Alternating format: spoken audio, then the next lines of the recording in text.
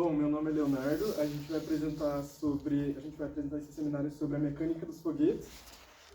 O objetivo desse trabalho é despertar o conhecimento na área da mecânica, que aqui na UTFPR não é tão voltada para a área aeroespacial, como aqui no nosso trabalho, mas que envolve muito a parte mecânica dos foguetes. Então, se uma pessoa tem a vontade de trabalhar nessa área em si de aviação ou até mesmo da aeroespacial dos foguetes, ela pode se desenvolver aqui na UTF como engenharia mecânica para trabalhar nessa área. Agora eu vou passar para... Tem o Igor aqui. Bom, meu nome é Igor, eu vou falar sobre a temperatura dos foguetes. Meu nome é Maria Luísa, eu vou falar sobre os motores. Meu nome é Débora, eu vou falar sobre o tamanho dos foguetes. Meu nome é Gabriel Marco Cancela, eu vou falar sobre a criação dos foguetes.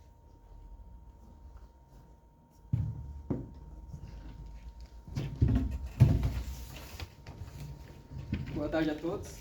Eu imagino que todo mundo presente nesse recinto aqui alguma vez já se perguntou sobre como é feita uma parte específica do foguete.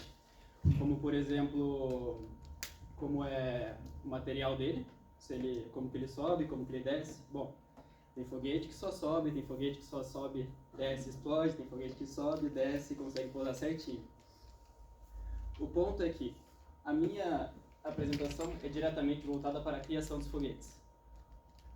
E para falar sobre a criação dos foguetes, eu vou ter que falar sobre um homem muito importante que fez grandes contribuições, que é o Robert Goddard.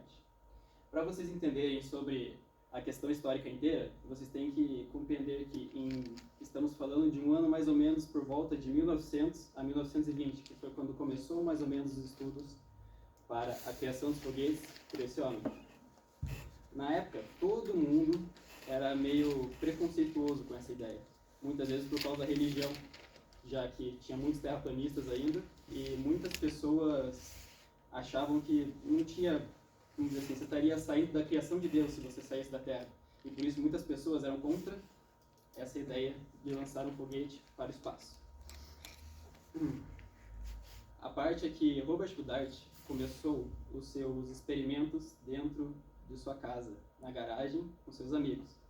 Praticamente só eles começaram a estudar diretamente sobre a criação dos foguetes. Pode passar? E é muito legal por causa que existe um documentário feito pelo próprio Robert Goddard, que ele junta todas as informações que ele juntou sobre dentro desse tempo inteiro, e juntou no vídeo para mandar para a imprensa, por causa que a imprensa local na época também era muito contra. Ele mandava esses vídeos pensando exatamente nisso, sobre mudar a ideia da população inteira sobre o tabu que era os foguetes na época. E o motivo dele ter feito isso, por incrível que pareça, não foi diretamente em si criar um foguete. O motivo em si foi a grande revolução científica que iria acontecer na época, caso eles conseguissem estudar a atmosfera da Terra, por causa que era esse o principal princípio dele, colocar alguma coisa na órbita da Terra para conseguir estudar a atmosfera. E muitas vezes barraram ele por causa do preconceito que existia. E com todas essas grandes revoluções que ele proporcionou dentro do campo da área aeroespacial, ele conseguiu com que 50 anos depois, na Apollo 11, lançada pelo Saturno V, o foguete Saturno V, a biografia dele foi junto com um dos astronautas que estavam a bordo, chamado Armstrong. E se você parar para pensar, o Goddard teve duas participações indiretas e diretas, tanto na criação do foguete que lançou o primeiro homem para a Lua, tanto como fisicamente, do livrinho, já que ele fazia parte da biografia. E hoje em dia, existe uma estação espacial da NASA, um complexo de aeronaves justamente focado para isso, que tem o nome Goddard. E agora a gente vai passar por algumas curiosidades sobre o tema. O Yuri Gagarin foi a primeira pessoa a conseguir ir para o espaço no foguete R-7. Juntamente com o foguete R-7 também foi mandada a sonda Sputnik na Guerra Fria, que foi a primeira sonda que conseguiu ficar em órbita da Terra. E mais tarde, como já dito antes, o Apollo 11 conseguiu chegar na Lua, justamente por causa de todos esses avanços que o Goddard proporcionou para todas essas áreas aeroespaciais. Agora vou passar a minha fala para a Débora, que vai falar sobre o tamanho dos foguetes. Bom, para a gente poder dar continuidade a esse tema, a gente também precisa entender que o tamanho dos foguetes eles também influenciam bastante, porque dependendo da meta dos cientistas, eles vão pensar em construir algo menor ou maior. Porque, por exemplo, de 15 a 30 metros de tamanho, ele é mais ou menos para você poder levar mísseis, para você contra inimigos, né, que de longa distância. Então, daí usam esses um pouco menores, que ainda assim são grandes, né, de 15 a 30 metros. E outros são capazes de transportar outras coisas. Quanto maior combustível eles conseguem levar. Então, isso faz com que eles tenham uma potência cada vez maior para conseguir chegar a longas distâncias. E também, quanto maior, normalmente eles conseguem levar ônibus espaciais, eles conseguem levar sondas, eles podem levar também satélites que foi construído pelo homem aqui na Terra e, obviamente, precisa ser levado na órbita, né, ao redor da Terra. Então, é utilizado esses um pouquinho maiores. E, no próximo slide, é mostrado alguns exemplos dos mais importantes que foi já feito, né? Só que ali o primeiro, aqui está em ordem crescente, e o primeiro fala sobre um que tem 11 metros. Ele foi o primeiro usado para poder levar mísseis na Segunda Guerra Mundial. Então ele foi o primeiro para essa meta, né, de mísseis contra os inimigos. Só que se a gente for parar para pensar, esse não é um assunto bem recorrente, onde muita gente conhece, não é um assunto muito, né, que todos escutem bastante. Então, normalmente, um dos mais falados, os mais conhecidos, são os últimos três, que é o Falcon 9, o Saturn 5 e o Starship. Primeiramente, um dos mais importantes ali foi o Falcon 9, né, antes de existir os outros dois, foi o Falcon 9, onde uma das características, né, dele foi que ele teve 129 lançamentos, onde 127 só foram bem-sucedidos.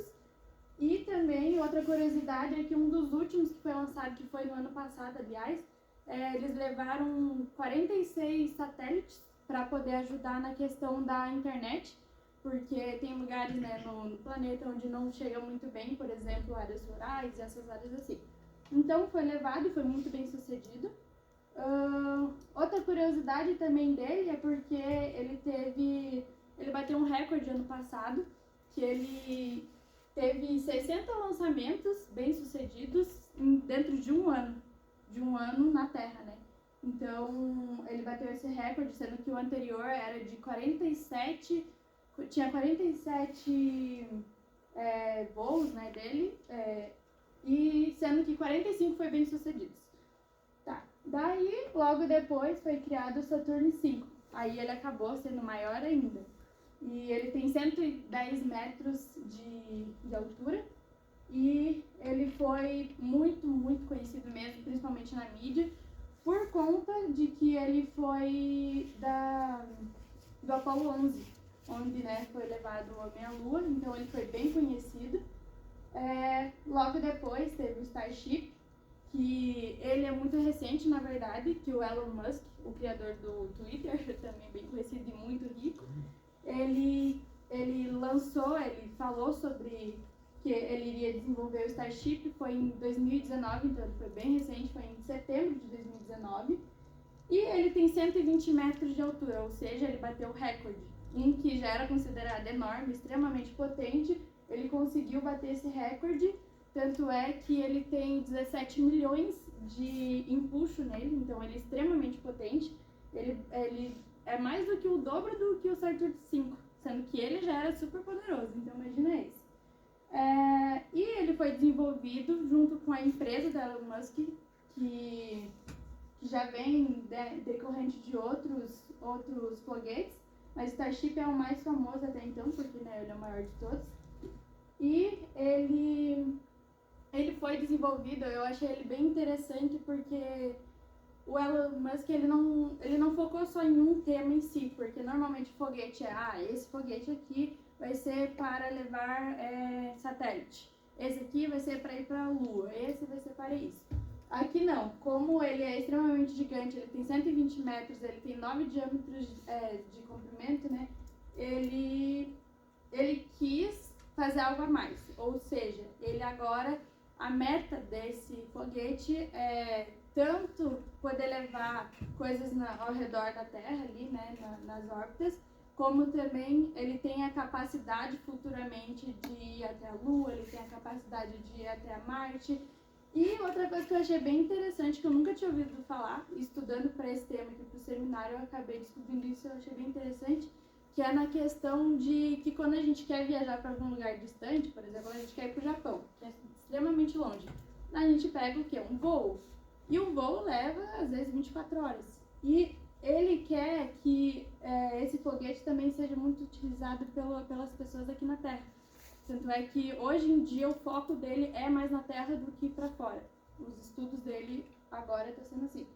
Então, por exemplo, se você quer ir para o Japão, ele pode te levar em 1 hora ou até menos. Eu achei isso muito interessante, porque eu não sabia que eles iriam utilizar um foguete para fazer uma viagem, tipo, para um país diferente. Achei bem interessante. Não sei se eu vou passar do tempo. 6 minutos. 6? Então, eu ia falar mais, mas vai ficar muito longo. Mas era mais isso, eu quis falar mais sobre a curiosidade e mostrar que, sim, o tamanho dele tem grande importância. Não adianta você pegar e pensar num foguete, criar, desenvolver muitas coisas e não pensar no tamanho. Porque se você não pensa no tamanho, não tem como você chegar à meta que você tem. Outra coisa que eu agora lembrei também, ele tem a capacidade de levar 150 mil toneladas e capacidade de 100 pessoas dentro desse foguete. Então é isso, o foco agora mais é nesse Starship. O último lançamento dele deu um probleminha, que foi agora em março, dia 20 de março, onde cada foguete, quando ele dá algum problema, ele precisa ter tipo uma fuga. E essa fuga é a explosão dele, caso ele não funcione corretamente.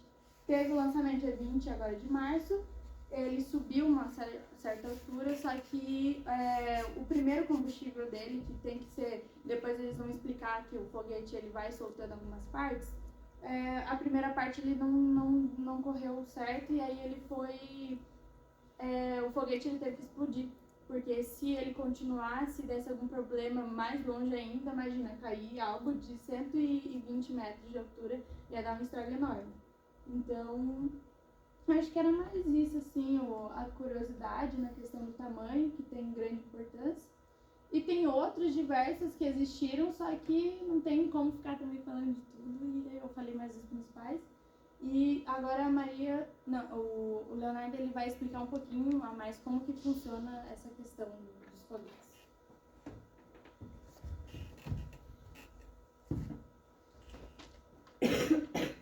Bom, então como a Débora tinha repetido ali, só recapitulando, a gente tem os 2 maiores foguetes já criados na história do homem, tendo aqui o Saturno V, que foi o foguete utilizado para levar os primeiros astronautas à Lua na década de 1969, mais ou menos.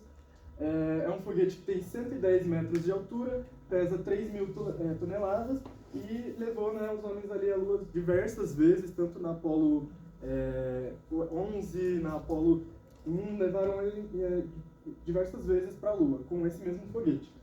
Aí agora a gente tem um foguete mais recente, que é o foguete que o Elon Musk está criando, né, a SpaceX, que é o Starship. O protótipo do Starship, como a Débora tinha falado ali, ele é bem recente, foi começado a criar em 2019, na verdade os projetos começaram um pouquinho antes, mas depois foi se estendendo e aconteceu que em 2023 deu para eles fazer um teste com ele, sem humanos dentro, obviamente, era só para ver se ele ia funcionar corretamente.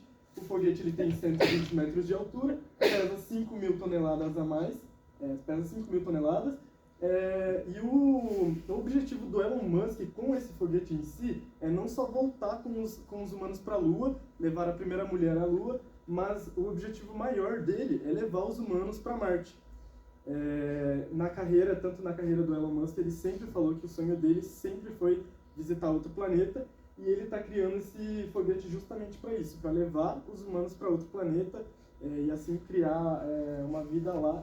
Mesmo estudos dizendo, né, que ainda não é muito possível ter vida em Marte, mas o objetivo dele com esse foguete em si é levar os humanos para Marte. Pode passar, por favor. Bom, mas como funciona? Esse foguete aqui é um foguete que a Débora chegou a citar ali, que é o ônibus espacial. Existiram vários ônibus espaciais, inclusive que levaram humanos para o espaço. Esse aqui é a Challenger. O engraçado é que com a Challenger aqui estavam indo 7 pessoas e ocorreu um acidente, que não deu para colocar aqui no vídeo. Aconteceu um erro ali na parte dos motores e acabou explodindo esse foguete. Esse foguete estava levando a primeira professora norte-americana para o espaço, inclusive ela ia dar aulas lá do espaço para os norte-americanos. E aconteceu, infelizmente, alguns segundos depois desse lançamento, aconteceu uma falha e acabou explodindo o foguete, matando todos que estavam lá dentro, eram 7 tripulantes. Hoje em dia tem um memorial lá no Kennedy Space Center da NASA, que é o parque da NASA, que conta bastante a história deles, tem restos, né, do foguete que explodiu. Aí depois disso vieram mais protótipos dos ônibus espaciais. Ao decorrer, né, do tempo, a NASA decidiu que não iria mais fazer esses ônibus espaciais por conta que estava saindo muito caro, por conta também do alto perigo que ele estava dando. Mas assim, foram foguetes que foram bem sucedidos, porém aconteceram alguns acidentes. Também aconteceu um acidente com o mesmo ônibus espacial, que é o ônibus espacial Columbia, também explodiu, acabou matando alguns tripulantes. Mas ao decorrer do tempo a NASA decidiu que não ia mais utilizar ônibus espaciais. Tá, mas como funciona?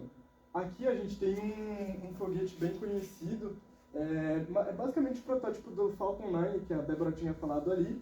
É um foguete agora que está em parceria entre a NASA e a SpaceX, e é um dos foguetes mais bem sucedidos do mundo. Como a Débora tinha falado, ele vai se despedaçando em partes quando ele lança, né? E o objetivo desse foguete em si é reduzir o custo, porque estava saindo realmente muito caro construir foguetes, e esse foguete, ele é um foguete reutilizável. Então, a ideia do Elon Musk é utilizar foguetes reutilizáveis para diminuir o custo e também para poder utilizar ele outras vezes.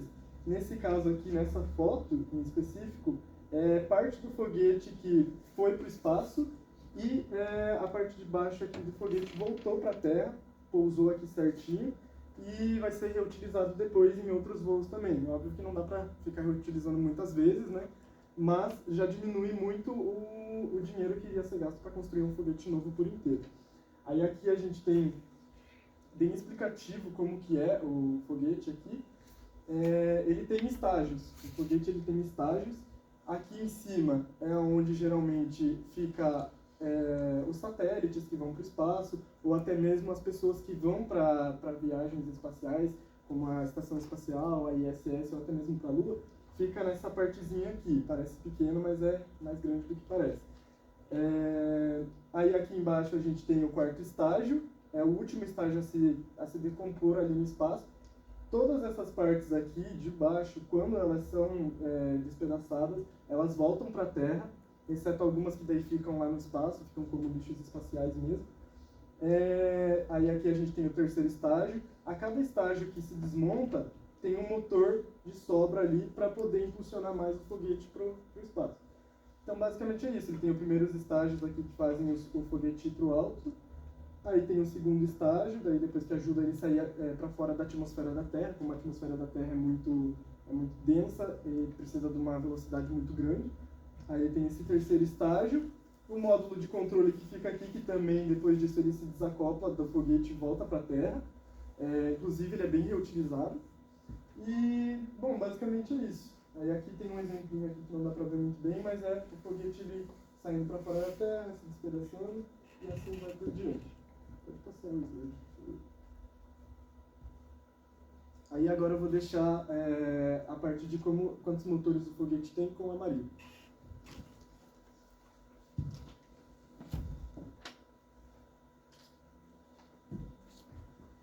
Boa tarde. Eu vou falar agora sobre os motores. Vou falar sobre quantos motores um foguete tem em média. Vou falar um pouco sobre o combustível utilizado e sobre o motor do Starship, que é aquele maior foguete que a gente tem atualmente.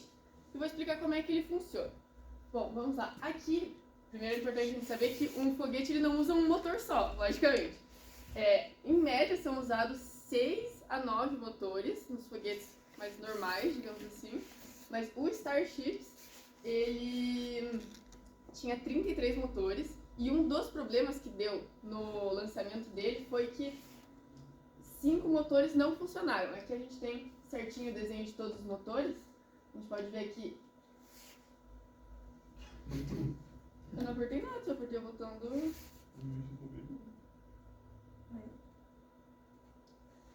A gente tem aqui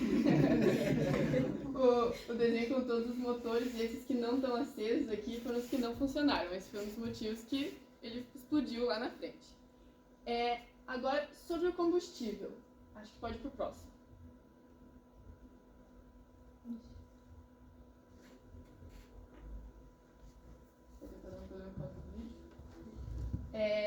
Sobre o combustível, a gente tem que tomar muito cuidado na hora de escolher o combustível. Tem 2 tipos de combustível, líquido e sólido. Normalmente se usa o líquido, e no caso do Starship é usado o líquido, e eu vou explicar como que foi escolhido esse combustível. Porque combustível líquido é mais versátil, você consegue controlar melhor quanto que vai ser injetado, qual que vai ser o empuxo por meio de válvulas. Como que funciona acho que pode ir pro próximo. Isso aqui. Aqui a gente tem uma imagem dos tanques de combustível. Aqui em cima fica o oxidante, que é oxigênio, só nesse caso. E aqui fica o hidrogênio, que é o combustível utilizado na Starship. Porque o hidrogênio, ele é um combustível das opções que tinha, ele é o que dá maior impulso específico, isso. E ele não corrói o material e não polui a atmosfera quando queimado junto com o oxigênio, que era um problema que a maioria dos outros combustíveis dá. Ele não polui nada. Agora, um problema que eles enfrentaram para usar esse combustível é o seguinte: tanto o hidrogênio quanto o oxigênio na nossa atmosfera aqui, eles ficam em estado gasoso.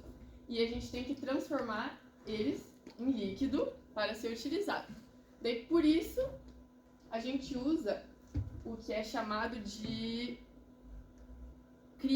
criogenia liquidificadora. Ela liquidifica, ela deixa os oxigênio e o hidrogênio em uma temperatura bem baixa e deixa eles em forma líquida, para daí conseguir diminuir o volume e colocar nos tanques. Pode ir pro próximo.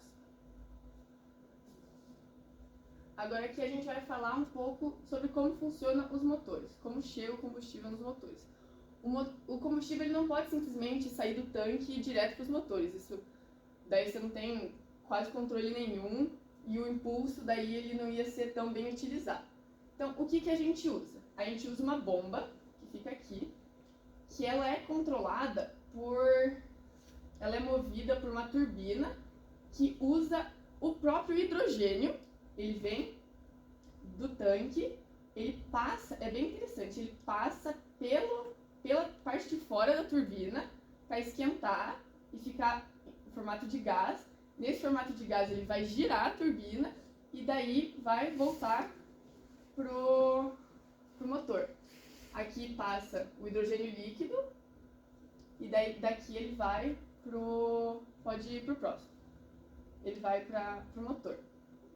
Os motores principais usam um pouco diferente, quase igual, mas um pouco diferente.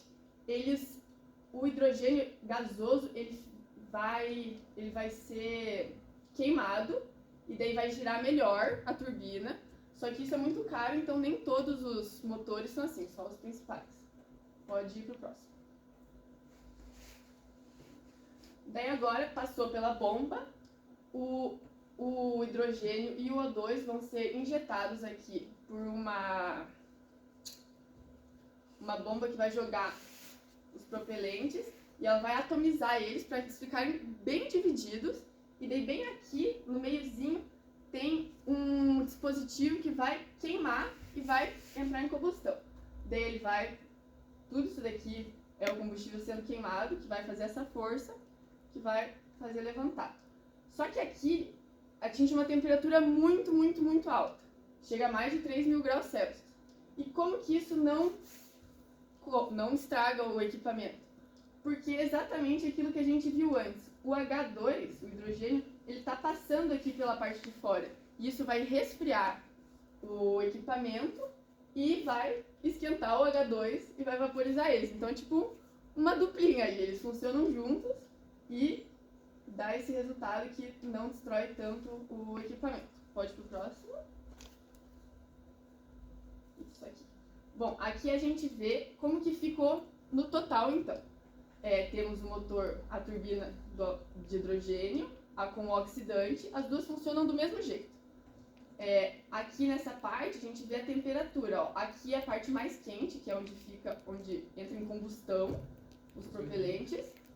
E o hidrogênio, ele está passando por aqui, ó, por tudo isso daqui, resfriando a turbina. Acho que... eu terminei minha parte, agora eu vou passar para o Igor, ele vai falar um pouco sobre a temperatura dos foguetes. Isso aí. Obrigada.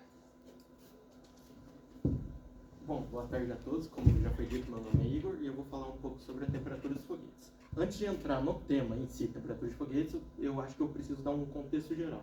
Então, de uma maneira lúdica, com minha capacidade artística, eu vou desenhar um foguetinho aqui.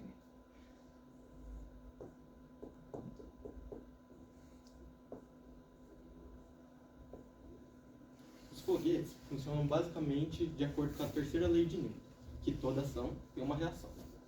Ou seja, quando tem uma força aqui para baixo, nessa direção, há uma força de igual que joga para cima. Então os foguetes funcionam basicamente assim que dá o impulso no foguete. E esse impulso, ele está diretamente proporcional com a velocidade. Ou seja, tem que controlar a vazão com que o combustível é queimado, tem que controlar também a temperatura, porque a temperatura também está proporcionalmente ligada à velocidade. E daí, para isso, os cientistas criaram uma fórmula que chama de poder calorífico para ver qual que é o melhor combustível a ser utilizado. Daí essa fórmula eu vou até colocar aqui de maneira lúdica. O poder calorífico igual a baixo poder calorífico mais a vaporização da água, número de mols de H2O saindo, dividido pelo número de combustível entrando. Daí, com essa fórmula, eles descobriram que o hidrogênio, que ele é um dos que mais aderem, é um que mais tem poder calorífico. Porém, o hidrogênio, ele é de difícil acesso. Por quê? Porque o hidrogênio é um gás. E para ocupar, ele fica pesado na nave.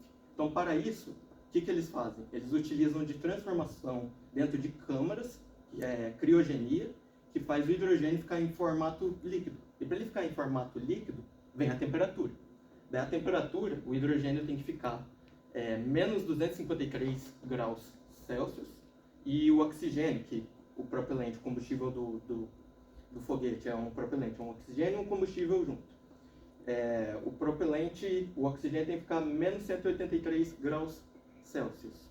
E com essa combinação, eles viram que o oxigênio, além como a Maria disse, ele não corrói, ele é bom para o meio ambiente, porque a Saturn V, que foi o que levou o homem para a Lua, ela utilizava oxigênio líquido também, só que ela utilizava querosene. E querosene é altamente inflamável. Para vocês terem ideia,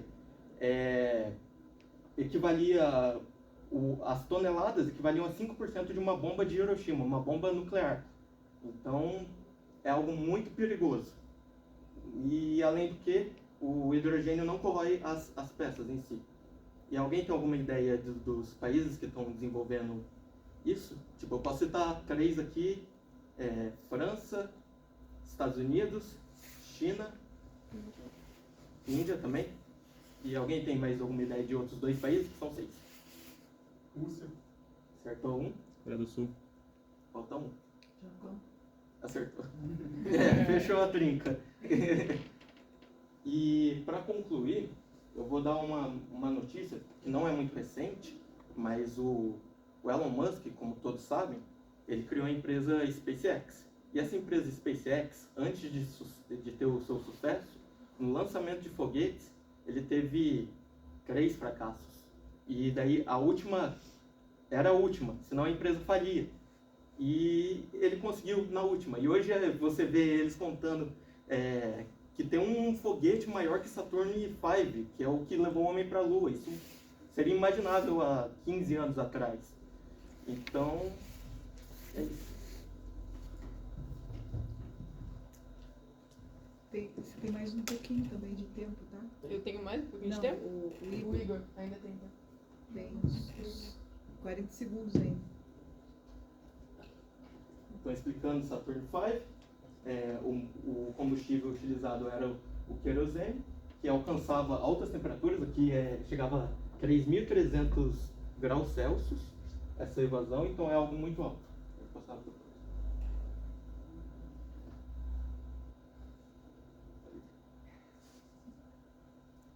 Isso. Tem alguma coisa mais para complementar? Não. Lembra alguma coisa?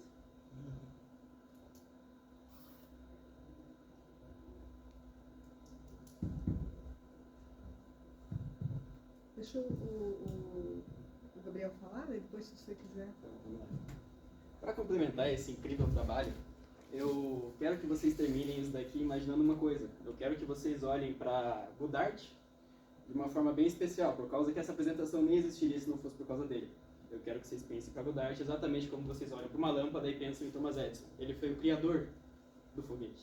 Sem ele, essa apresentação não existiria. Sem ele, os satélites que são enviados hoje não existiriam. Tudo faz parte do Goddard. E vamos finalizar isso daqui com uma frase que ele mesmo dizia, que ele mandava para as editoras locais quando mostrava o trabalho dele. Que a frase é a seguinte: tudo parece um tabu, até alguém se propor a fazer e virar algo comum. Vocês podem pensar isso de todas as formas possíveis, não só para o foguete. E é com isso que eu finalizo o nosso trabalho. Bem.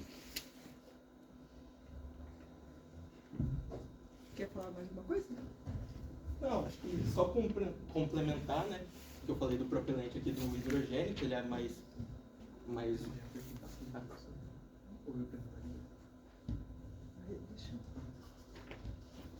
Desculpa. Deixa eu voltar aqui, pode começar. falar do hidrogênio, que você estava mencionando bastante, que ele é o mais tecnológico, mas ele também tem um porém, que ele não pode ficar armazenado por grande quantidade de tempo.